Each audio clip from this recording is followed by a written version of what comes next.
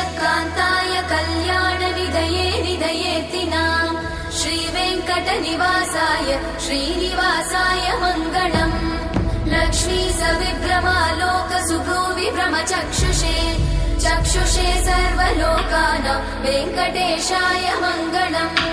श्रीवेङ्कटाद्रिशृङ्गाग्रमङ्गलाभरणाङ्गये